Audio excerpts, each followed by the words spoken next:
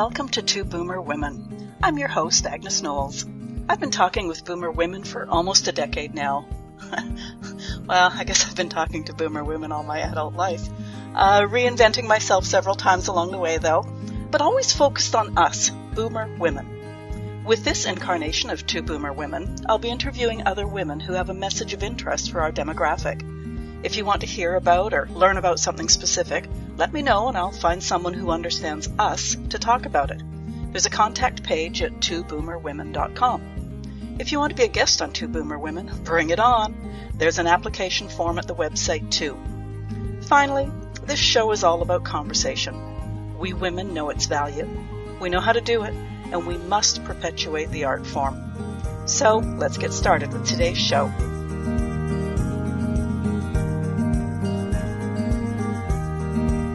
Welcome to the Two Boomer Women podcast. I'm your host, Agnes Knowles. Depression.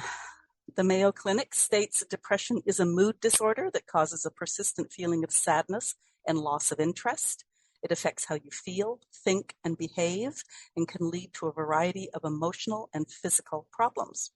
You may have trouble doing normal day-to-day activities, and sometimes you may feel as if life isn't worth living. Many women, and I'm going to go out on a limb here and say perhaps especially boomer age women, were met with eye rolls and or explanations that it was their imagination and they should be grateful for their wonderful life, just snap out of it. Well, for the last few decades, there's been a better understanding of depression, but it's still shrouded in misunderstanding, underdiagnosis, and doubt. My guest today has lived with depression so long, she wrote a book about it. I heard a term recently that might describe the book, autofiction, fiction based on autobiographical details. Got to get that word out. Cathy Jean-Francois, welcome to the Two Boomer Women podcast. Oh my goodness, thank you, Agnes, so much for inviting me. I'm so excited to be here. It's just such a subject that's so huge, but it's still behind closed doors and, it doesn't get out there and yet it has to. So it seems like depression's been a part of your life for a long time. Yes. Can you share your way of being in the beginning and what led to the diagnosis of depression?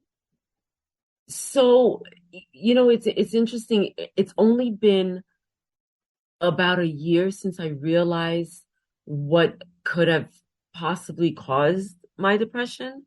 But yes, I have been depressed for a very long time, ever since I was a child. I remember just always being sad, crying, feeling low, feeling anger towards myself, feeling hate towards myself. And this has been consistent since I was in grade school. Sorry about that. No, that's great. We just talked about our dogs. Since grade school. Now, I have a twin sister. Roxy, sweetheart.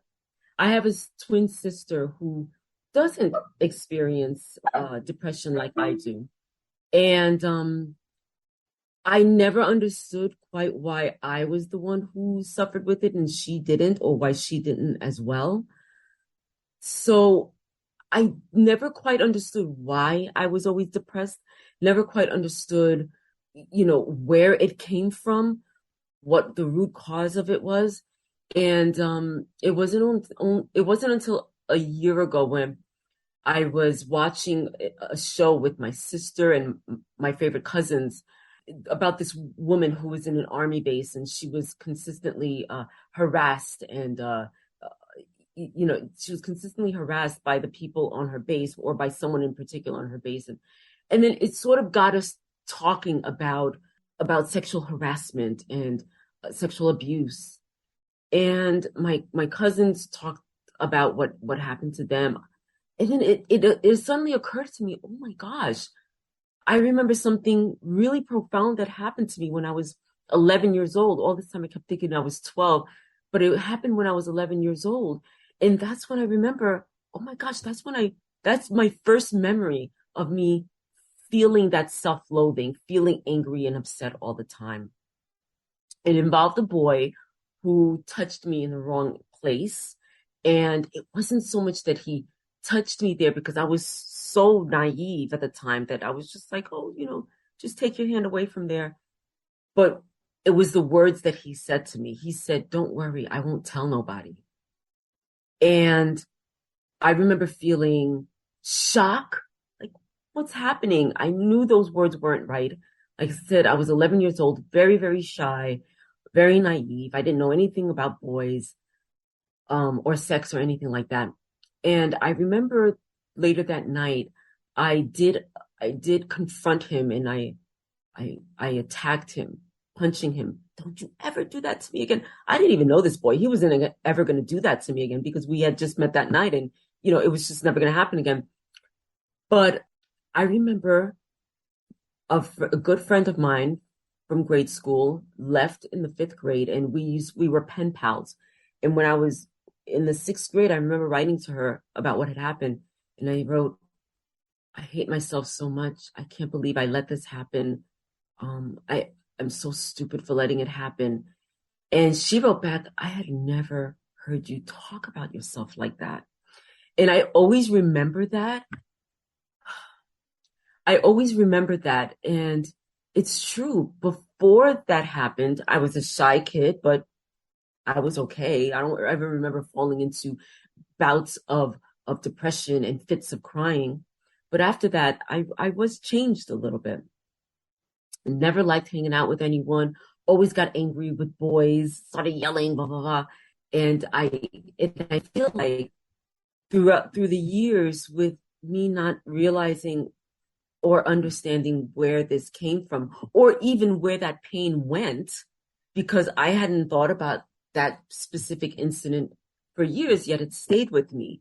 And I know that it stayed with me because of my relation with men, boys and men. Like, the very first boyfriend I had when I was in college, well, high school into college, somehow I didn't realize that he had been cheating on me for the entire time, and he was manipulative, and that's how he got me to stay with him. And after that, it was a succession of different men that I was dating, and it just never worked out. And I felt like it was just me. And I think in effect, it was me, because I didn't trust men, and I probably didn't trust myself with men, because I underestimated this boy who was with me. He was like, I trusted him, and I didn't have any reason to trust him, but I didn't have any reason not to trust him either. And then that happened.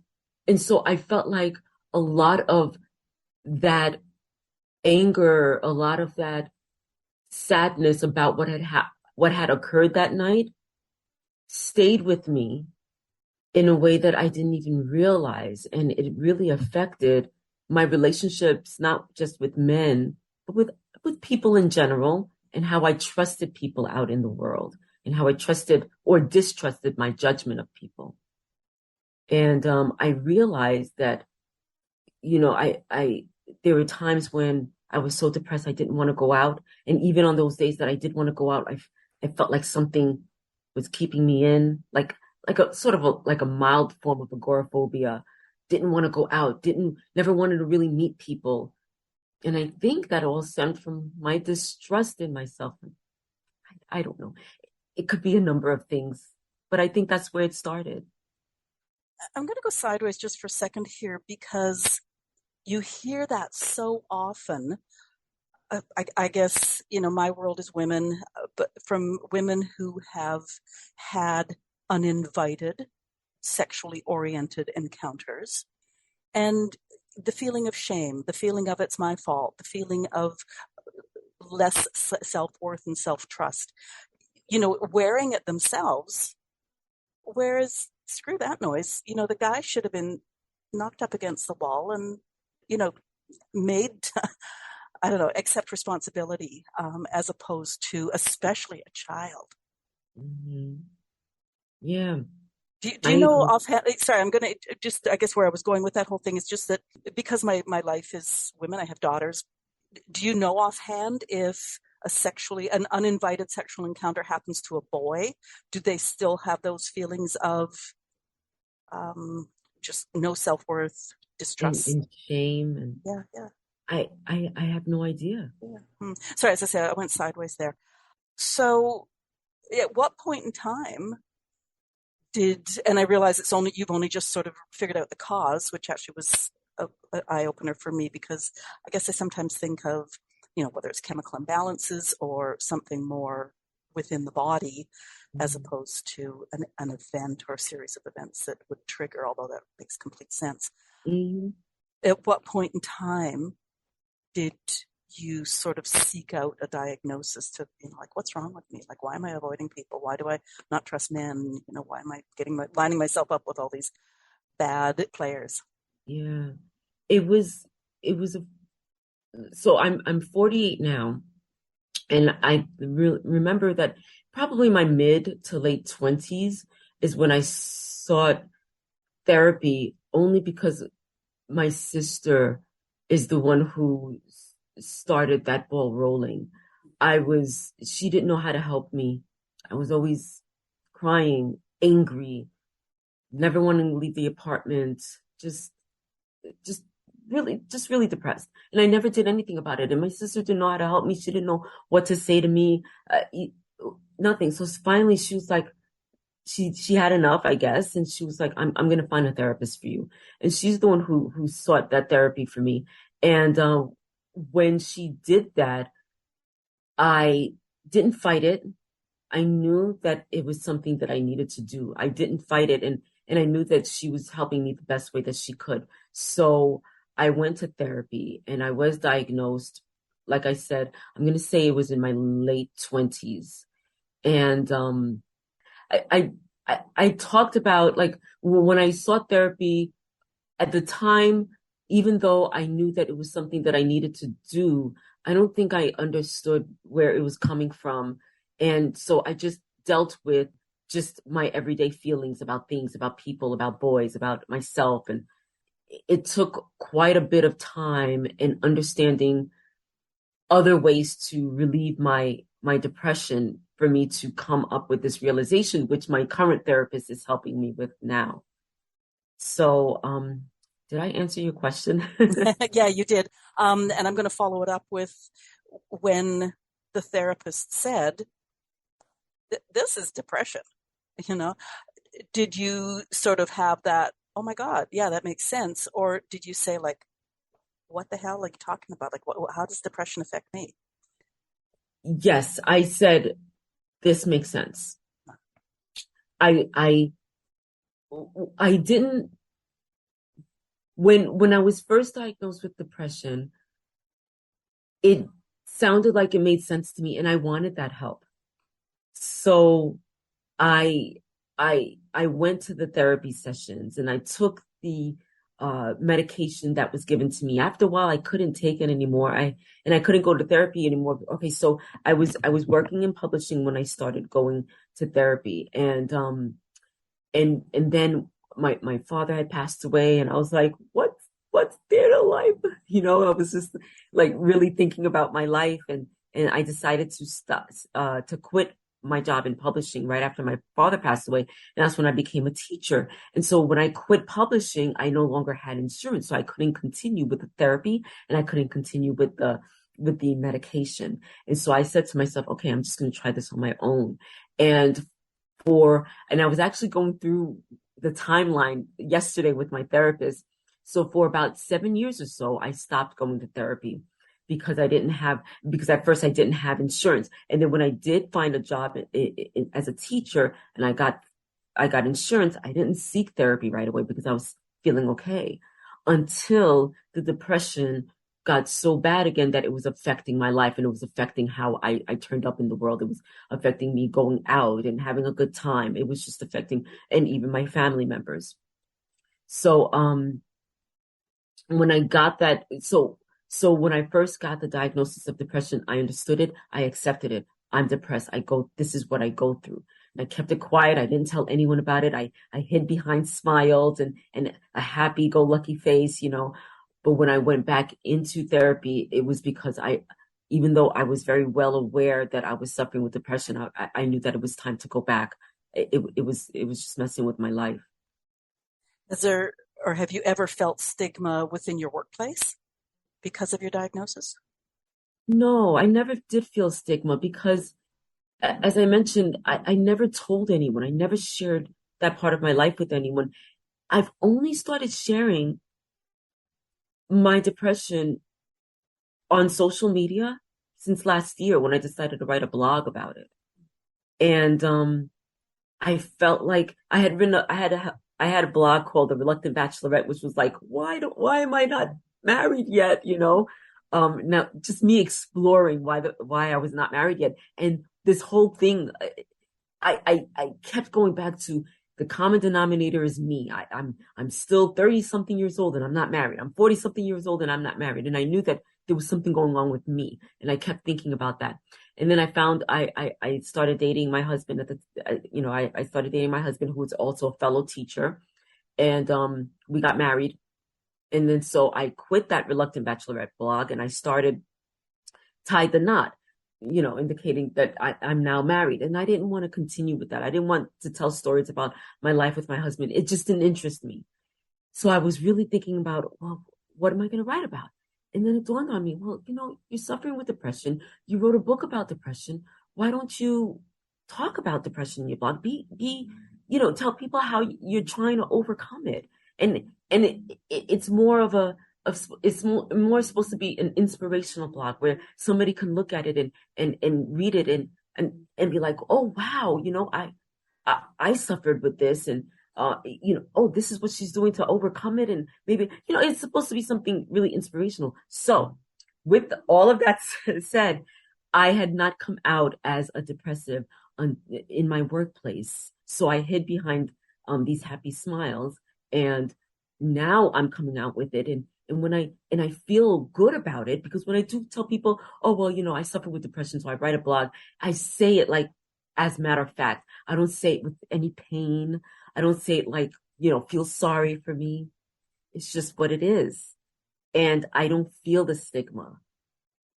I understand that people may look at me and think about the stigma, but I don't feel it. I'm not ashamed of it. So tell me about the difference between not telling anybody and being happy-go-lucky and have that little plastic smile on your face because, that's what you present to the world, and putting it out there and saying, I'm a depressive and I'm writing about it. And the joy that comes from that freedom. And I'm sure the smile became a real smile. Tell me about that difference. Well, before I felt like the smile that I would put on was me acting, and it drained me a lot of the times, but I didn't realize it at the time. This is all in retrospect. Oh no, yeah. Hindsight's always 20/20. Yes. So it was draining, and I felt like there were two sides of me. This, happy person that everybody liked, excuse me, and the side of me that nobody knew or nobody had to know. And what's interesting is that I always felt uncomfortable in social situations. And I loved hanging out with the people at my workplace when I was working in publishing. And to hide or mask the fact that I felt uncomfortable, I would drink. And I would drink. And I would drink. And then I would drink. There were times when I would go home with one of the people that I worked with and spend the night with him. And this wasn't me.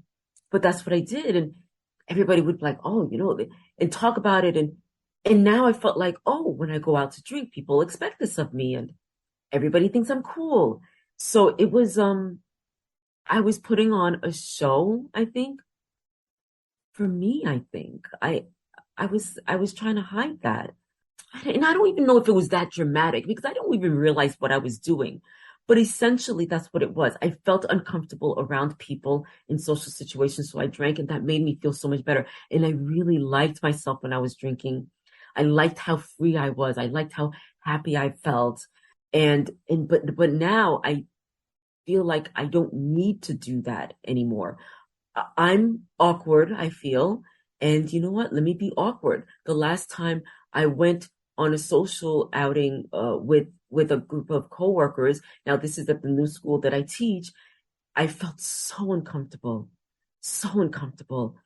And I was, people were standing and talking in groups, and I was like on the outer edge of the group, just listening in, chiming in, trying to chime in every so often. And I was very aware of how uncomfortable it felt. I was very aware of how out of place I felt, but I chose not to drink it away. I chose not to drink because I wanted to.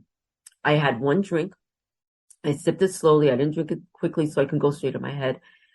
And I left there feeling like I didn't really connect with them, but still feeling happy and proud of myself that I didn't drink in order to connect with them. So the difference is that I'm no longer putting up that facade. I'm letting them know this is me in my awkward glory, you know?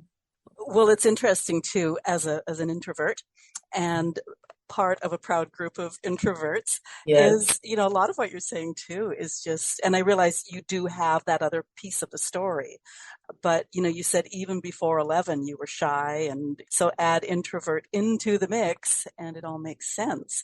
Yeah. And I can certainly see how exhausting it would be. And even, if you're happy drunk happy, whatever the term would be, you're still protecting your secret. Yes. So really, Yeah. really tough there. Okay, other little sideways question is, how did depression and high school students get along? How do depression and high school students get along? Yeah, high school students can be relatively intuitive, but they're also can be very selfish. They could be cruel at times. I'm just curious because, boy, that's a tough group to teach. That is a tough group to teach. And I don't know. I don't know if I know that much to really answer that question, to be honest with you.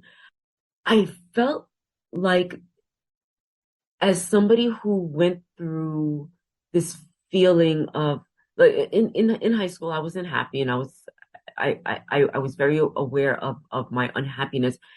So when I see a student who's really quiet, I try to befriend that student in a way, like, hi, how are you today? And you sure you don't want to talk to anybody over there? That's okay. You know, I noticed that a lot of students do tend to be off on their own quiet, but that may not be them being depressed. And I do see a lot of students who act out. Either they don't pay attention in class, or they have all these friends, or they'll talk to somebody in the class from across the room while I'm teaching. And I don't know if that is a sign that they have more going on at home, or more going on in their emotional lives.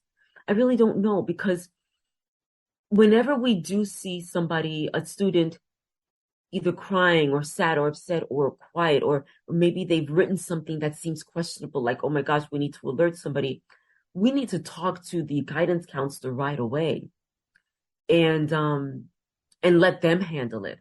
So we don't really come into the mix in a way. So I'm not really quite sure.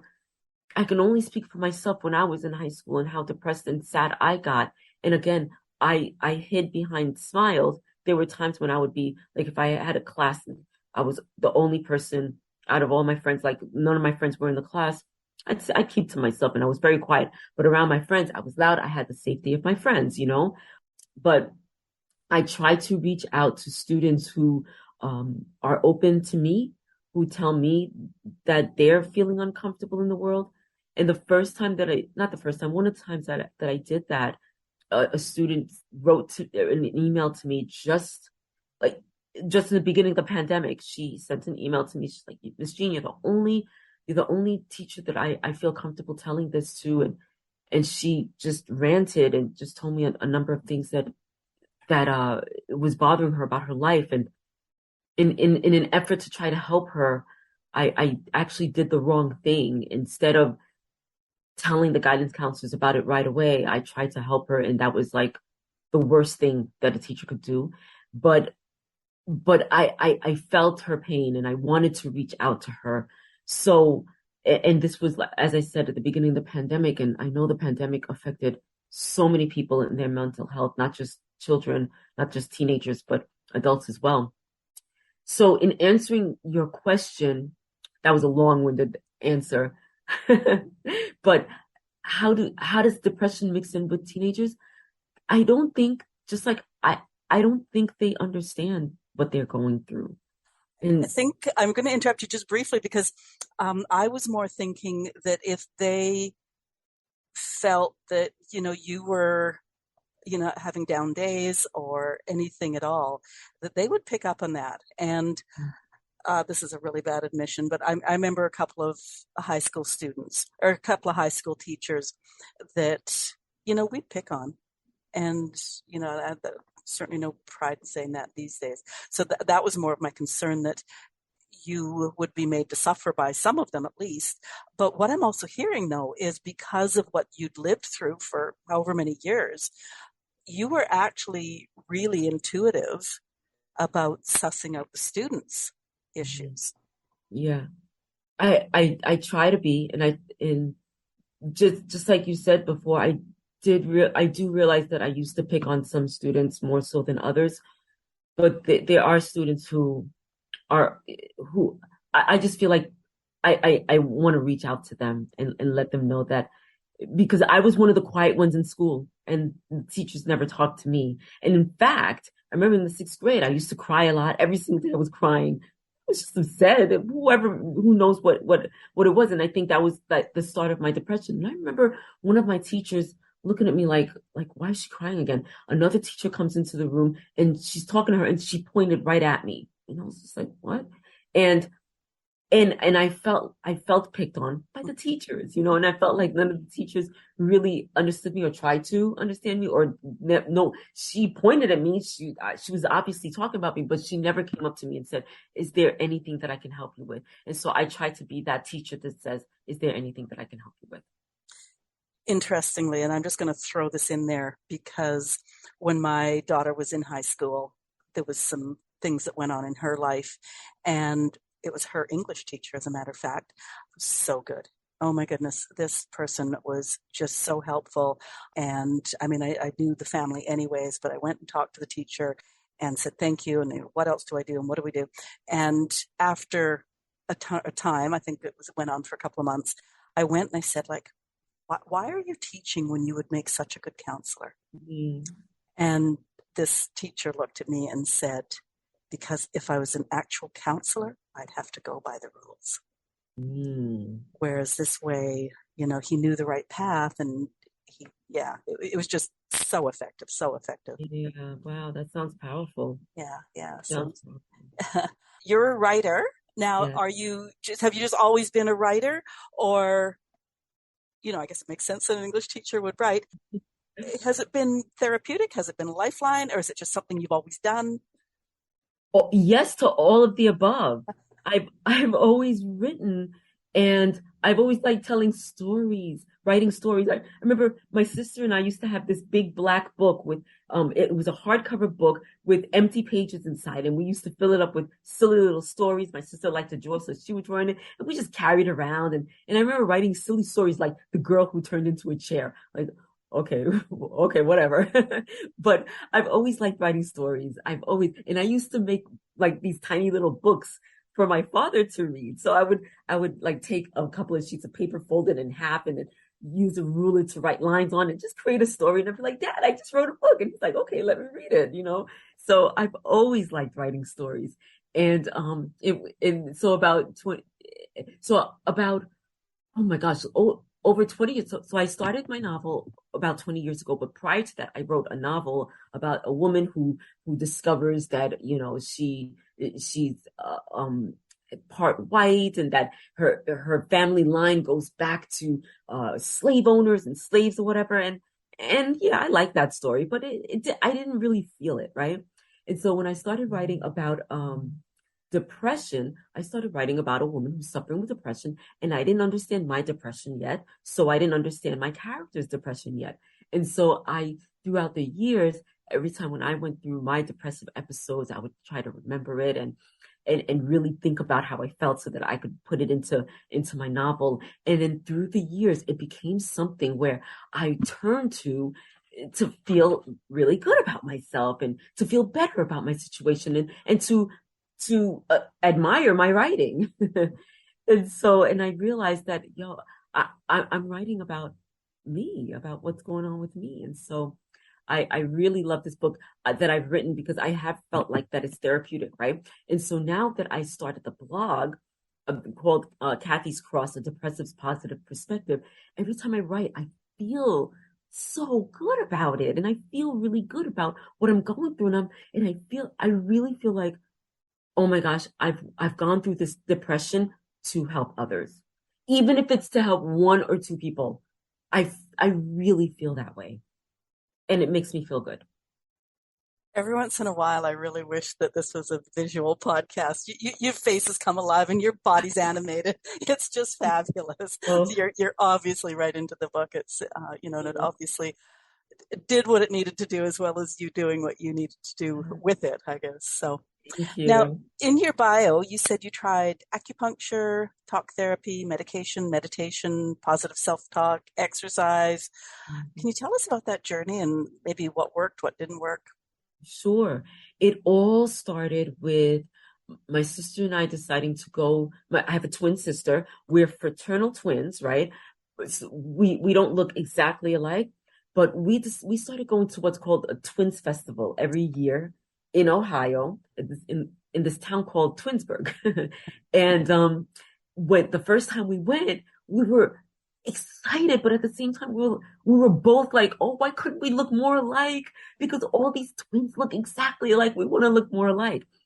And my sister started working out on a regular basis, and she was telling me, you need to work out because every time we go to a twins festival, I'm going to be the fit twin, and you're going to be, the sloppy, slushy twin. And I really did not want to be so different from her, so I started working out. And what ended up happening was that I started feeling pretty good about myself. And my sister started listening to, positive motivational videos. And she was like, listen to these, it'll help you. And I started listening to them. And in conjunction with working out, it helped me feel better about myself, right? And then this essentially is a matter of influence, right? My sister and my cousins, because we did this with my cousins as well, became positive influences in my life, right? A support system. So we started listening to meditations and talking about what worked for us. And we started listening to positive self-talk and positive motivational videos, working out and even challenging each other with it. So the journey was, I think it all started with me working out and me being open, keeping my mind open to all these things that would help my body. And then in turn, the positive side effect, if you will, was that I started feeling really good about myself. And I started noticing that my depression wasn't as persistent, as aggressive as it used to be. And I was like, oh my gosh. At first I thought it was just the exercise. The exercise has helped me. But then later in thinking about my journey and how that exercise opened me up to motivational videos, and that opened me up to meditation, and that opened me up to positive self, I realized that all of it together helped me with my depression. It was completely by accident. I don't take medication anymore. And I don't feel like I have to. I get into into depressive episodes, of course. But for the most part, I'm not putting on a fake smile anymore. I'm like this all the time. Yeah. Now, it's interesting because I was thinking it's almost like pieces of a big pie, and they just all came together and it tasted so good. But also, you just mentioned depressive episodes. Do you feel those coming on, or do you wake up one morning and like you're there? No, I feel them coming on. Okay. And they take a few days of certain things falling into place, and then I don't know how to stop those things sometimes. And even if I'm doing my meditations and stuff like that, to be honest with you, the past few weeks, I think I haven't even meditated, but I continued my exercises. And I'm listening to audiobooks now. So I like listening to like a lot of memoirs where people have gone through tough situations and they came out, the stronger for it. I like listening to those kind of inspire me. So I'll notice a depressive episode coming on where I'm not feeling myself. Maybe I'll slack on my workout. I don't feel like working out today. I'm just feeling extra tired. And then it'll come to a point where I'm not talking to my husband. I'm like sort of in my mind, in my head. Maybe I'm just focusing on my writing, but I'm not sharing what's going on with him, with me, with him. So I feel them coming and that just tells me it's time to regroup. And that's when I'll I'll do an extra long meditation at some point, or I'll talk to my sister, be like, okay, this is what's going on. Or I'll tell my therapist about it. I don't know what's going on with me, but I'm feeling like this. Can we explore that? So I'm aware of it, and I take steps in order to overcome it. You just mentioned your husband. Mm-hmm. Is a spouse a shoulder to lean on, or more ammunition in your fight against depression? A bit of both? I like that term, ammunition. It's funny because we are still newlyweds. We've been married for 3 years. And I think because I've been dealing with this for so long, I tend to not go to him when a depressive episode is coming on. I don't use him as a shoulder to lean on. I don't talk to him. I'll talk to my sister quicker than I will talk to him. And I think it's just a force of habit. He suffers with depression as well. And I feel like he doesn't necessarily come to me when he's going through his depressive episodes. He'll just say, I'm feeling depressed right now. Do you want to talk about it? No, it's just what I'm going through right now. And I think both of us have been single for so long and been dealing with it for so long that we still have to get comfortable coming to each other when we feel like a depressive episode has been coming on. But no, I right now I don't really confide in him like that. And I guess too, thinking about it as you spoke, that just the fact that it's a later in life marriage, you've both been aware of your personal issues for long enough, and you've got your habits and how you deal with it in place. Yes. But given the fact you both have firsthand knowledge, you can give each other understanding and space and whatever you need. Now, how that develops as the years go by, who knows? But at least it's not sort of one person going like, what the hell's wrong with you? Yeah. In fact, it's interesting because I know what the steps that I've taken to overcome my depression: exercise, positive self-talk, meditation, and I've offered all of that to him, but that's not his thing. So he has to do what he needs to do to overcome his depression on his own. Because sometimes I'll look at him and I'm like, why can't you just do what I do? Because what I did helped me. Because I'm right. Yeah, because I'm right. It worked for me, so it's gonna work for you. But I have to understand that that's not the way that he vibes. So I have to go in with that understanding. And at first, I didn't understand it, and I was just like, just get over it, like I get over it. But no, but as a depressive, I know that you can't just get over it. And I know that I didn't just get over it. I took a few steps. So I also had to come with that grace and that understanding that he has to deal with it his way and I can deal with it my way. Two questions come to mind. The first one is, has anybody ever said to you, oh, just snap out of it? Get over it? Yes. Many, many times. Did you punch them? No. No, because this was like way back. And in the days when I didn't really understand what I was going through. And in fact, that's one of the reasons why I started writing my novel when I did. I wanted to explain or to explain depression in a fictional way, but explain it and let people know that it's not something that you can just get over. It's not. And that was one of my main points for writing the novel. But yes, people used to tell me to get over it. And guess what? I felt the same way too. Why can't I just get over this? What's wrong with me? Why can't I just stop acting like this? I would beat myself up over it too. So in essence, I was trying to educate myself in why it's something that I can't just get over. Yeah. If I can help you out here, it's just right behind your right ear. There's a little switch. You just flick it. Sorry, that was really I wish I knew that all the time. More people should know this. I think I just made myself $1 million. Oh, dear. Right? And then I better leave the country. Okay, next question is depression ever cured or is it controlled? Yeah.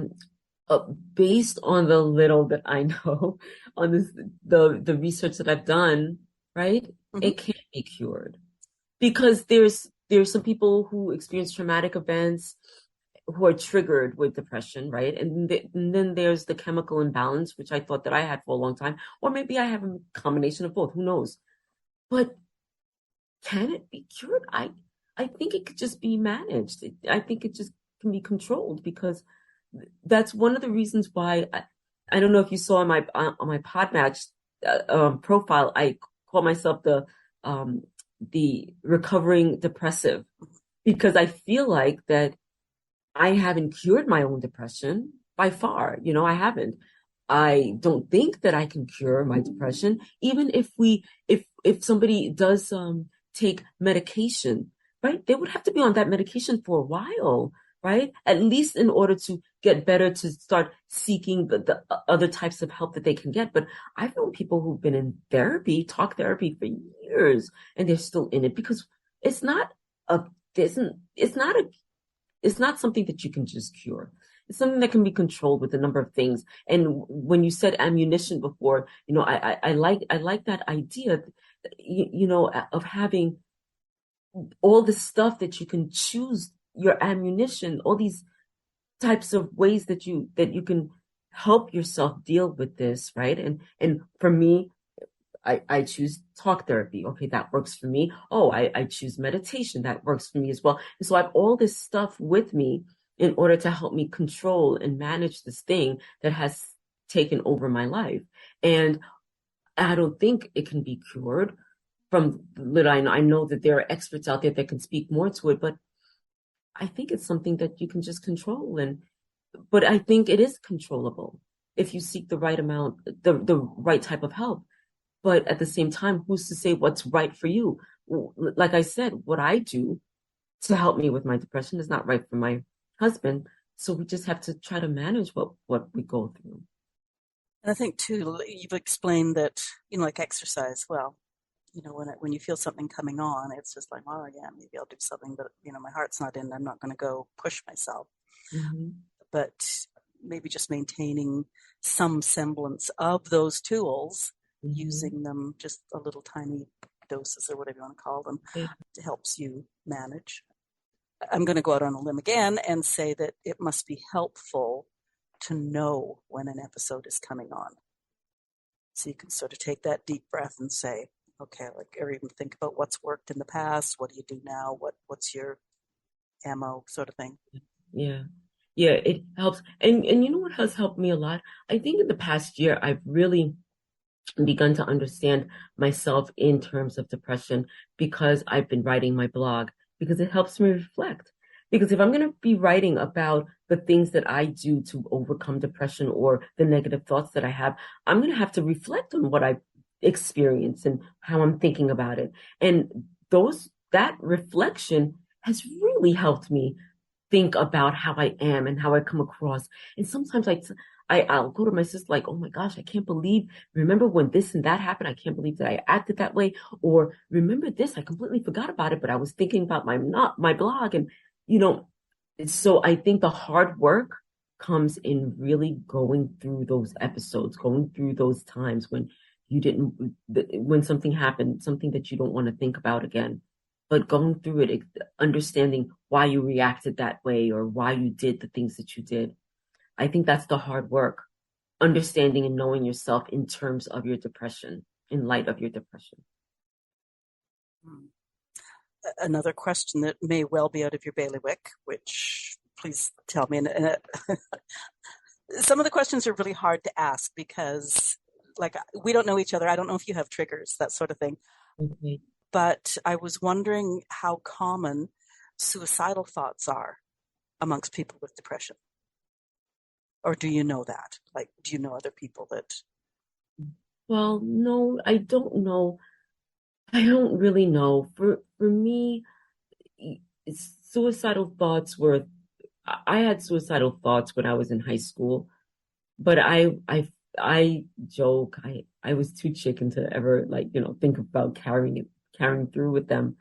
And it wasn't so much suicidal thoughts that I had, but just what would happen if I were to suddenly go away? How would my parents feel about that? How would the people who call me friend, how would they react to that? I haven't had suicidal thoughts since I was in high school. I happen to love life now, but I don't know. I haven't done the research on how common it is. And with my novel, my main character who suffers with depression, she has suicidal thoughts. And I know that that's one aspect of depression, although not everybody who suffers with depression has suicidal thoughts. But I can't really answer that question to say how common it is because I haven't done that part of the research. Okay, thank you. Okay, you've just lived through 2.5 years of COVID. What did that do? It's funny because at first I was like, wait a minute, we all have to stay inside. All right, yes, I can See, do you this. are an introvert. Yes, very much so. I didn't want to go outside. I was good. I was good. And as a teacher, we were doing the remote learning. I was good. But to be quite honest with you, after about 2 months, I started to go a little stir crazy, and I didn't want to accept that because I knew that I wanted to stay inside. So why was I going a little stir crazy by staying inside? I think my body was asking for that fresh air. My mind was asking for that fresh air, although I didn't really want to go outside. It started affecting me a little bit, but if I went out like maybe once every month, I was good. I was good. But for the most part, I just wanted to stay inside. And I feel like I maintained a positive outlook, a positive mindset during the pandemic. So I didn't feel like the pandemic could touch me. I didn't feel like I could get COVID. I got COVID twice and I didn't feel the effects. The very first time I didn't feel the effects at all. I was like, okay, all right. I tested positive for COVID, but I kept on working out. I kept on doing my regular routine and I was good. I was good. And I felt good about that. Like, that's because I have a positive mindset. That's my superpower. But like I said, staying indoors was okay with me. But when I started going a little, like when I started having a little bit cabin fever, I was in denial. I was like, no, I can't be going through this because I like staying inside. So that was the worst of it for me. You've got to get a Facebook page and do lives for depressive people because I don't know. I'm sorry. I'm not trying to be disrespectful to depressive people, but it's like, who can be depressed when you're sort of doing your thing because you get so animated. You got such a beautiful face. Thank you. Okay. The Box. Mhm. Is it autofiction? Yes, but only the parts where she goes through her depression. So I said before that every time when I had my character go through her depressive moments, I would try to think about how do I feel. So I had to really think about how do I feel when I'm in my depressive moments, and sometimes it just didn't come to me. So when I got they were really really low in my depression, in some points, I took out my notebook. I and it took a while for me to realize that I could be writing about this right now because I really wanted to be authentic. So every feeling that my main character goes through, she's feeling at her lowest, when she's self-loathing, when all of that is coming directly from me. Her story, her story with her mother and her love interest, all of that is fiction. It has nothing to do with me. I needed to create a more interesting person than myself. But all her depressive bouts was exactly what I went through. So that part of it is autofiction. Now, I called it The Box, but it has a full-on other title too, doesn't it? No, it's called The Box. Oh, okay. I thought it Yeah. was the story of something. Yeah, no, it's just called The Box, a novel. And the box comes from there are several boxes that are important throughout the novel, but my first thought was like, people build walls to keep others from Oh, reaching them. My main character has built herself a box to make sure that nobody reaches her, and it's about her journey of shedding that box so that people can finally reach her and she can finally step out into the light. So she's not in her depressive moments anymore. That's what that was about. Because you're relatively out there and honest about your depression, do you ever have people come to you and say, I think I have depression?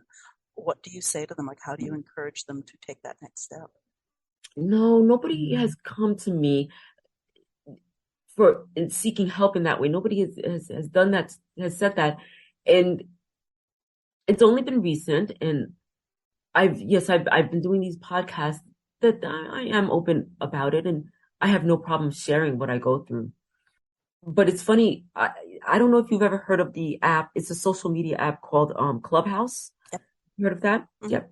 So on Clubhouse, every Saturday, somebody has approached me and said, would you like to have a room on Clubhouse talking about depression? And I was like, yeah, sure. So every Saturdays at 11 a.m., I host a room with a co-host talking about different areas of depression.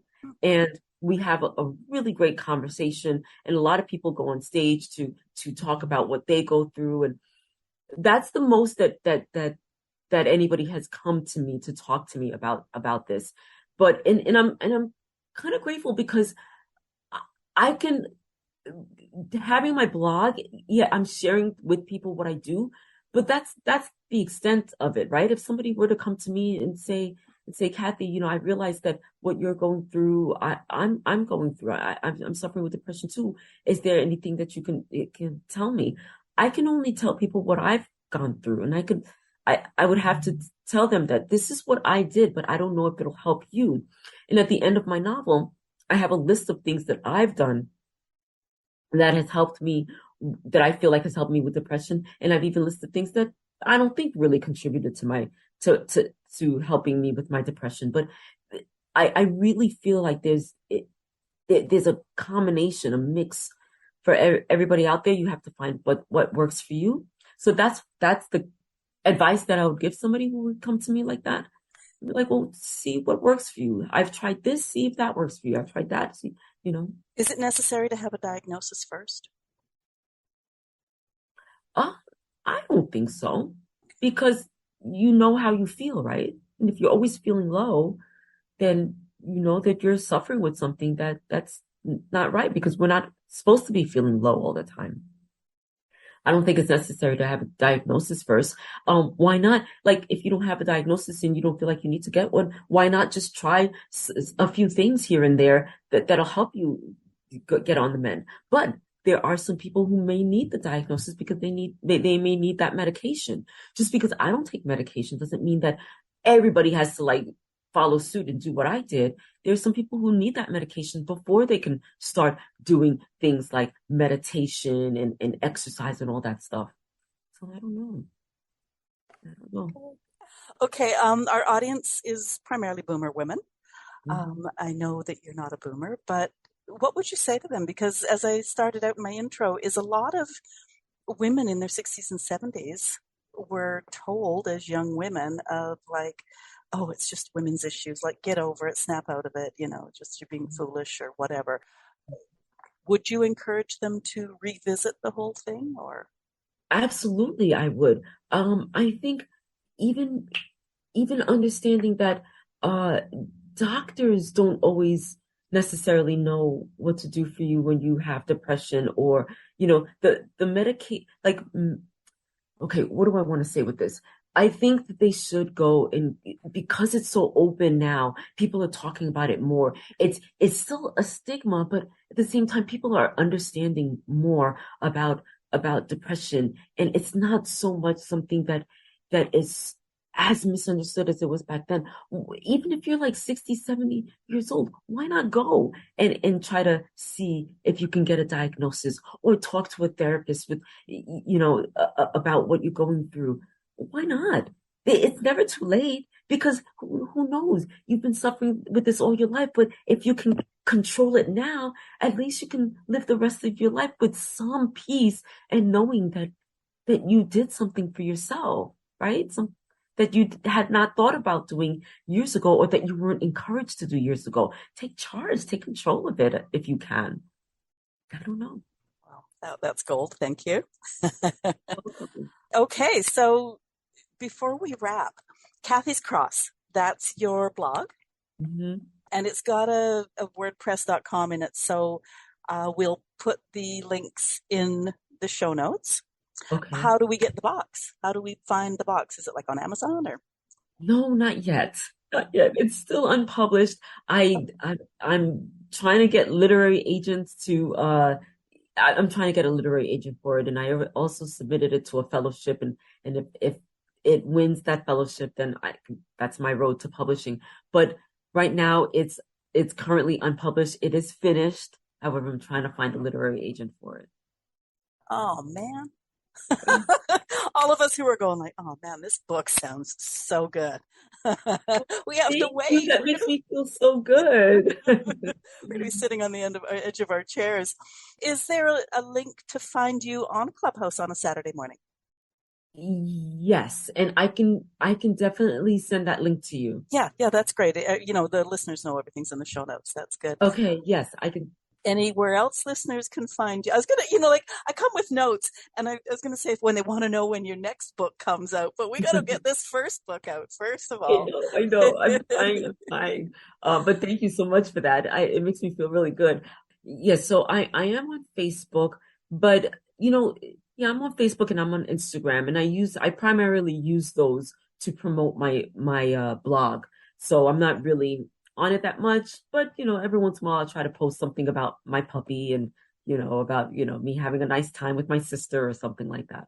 Okay, well, we'll at least get the blog URL up and also the link to Clubhouse when you send it to me. That's great. Yes, that would be great. Anything we haven't talked about that you want to say before we close? No, I don't think so. Okay, good. Thank you for answering all my questions. Sometimes I write out questions and I go like, oh, I hope that's not too intimate or, like too personal. So I appreciate you. You're welcome. I'm really happy to be talking about this and to be, if I could just like I said, if I touch one person's life, that would be awesome. But so thank you so much for inviting me and for asking the questions that you did. Thank you. No, that's good. Okay, listeners, you know that all the links are in the show notes by the time we go to press. If you have comments on today's show, please talk to us. If you're listening at twoboomerwomen.com, just scroll to the bottom of the page and leave comments there. We can be found at Spotify, Google, Apple, iHeart, most places a person would listen to podcasts. Feel free to leave comments there, and please leave stars and reviews. They help us grow. Before you go, hit the subscribe or follow button, and you'll be notified about future interviews with more of my great guests. Share this episode with someone who you think might need it, or perhaps with someone you want to discuss your own life with. There's no shame about depression, no matter what others say. If you want to be a guest on the podcast or know someone who would be a great guest, there's an application form at the website. And if you want to hear wisdom on a specific subject, message me at twoboomerwomen.com. Cathy Jean-Francois, thank you so much for being my guest on Two Boomer Women today, being so candid about everything and making it so easy to discuss a difficult subject. Thank you so much, Agnes. I really appreciate it. Have a great rest of the week.